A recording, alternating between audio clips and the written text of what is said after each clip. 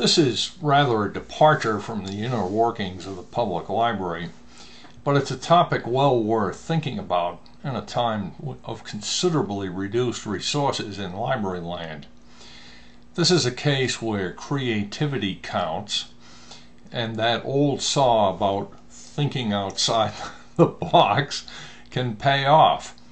The fact is, there's a huge amount of free material available to public libraries, all libraries for that matter, but let's stick to the course at hand.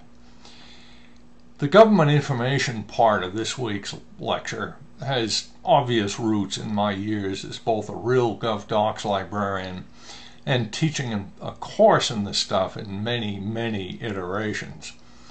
My last round of teaching the topic pretty much abandoned or ignored the whole government printing office depository program. When something over 95% of the material is available online, somehow the word printing has become kind of irrelevant.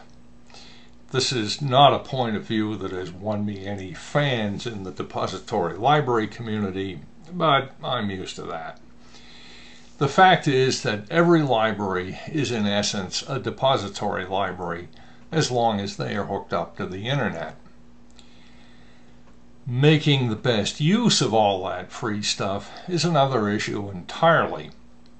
In the lecture, I used the term labor-intensive a couple of times, and it is so. Providing access to government information is complex, and the feds have not made it particularly easy.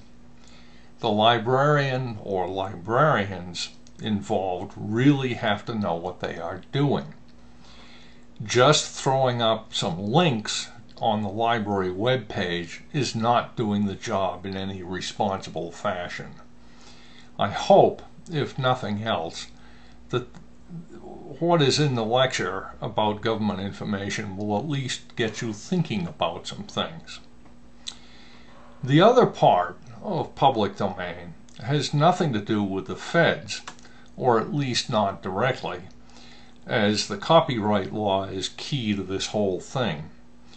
Copyright law, as currently written, is well behind technology and can be an area of vast contention.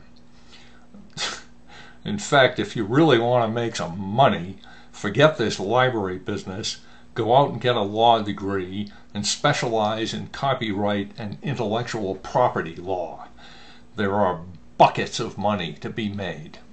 Well, back to the topic.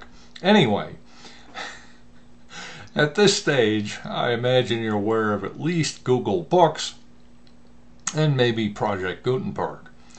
There are other sources, but these are the two heavy hitters, I think, in the e-book for free field.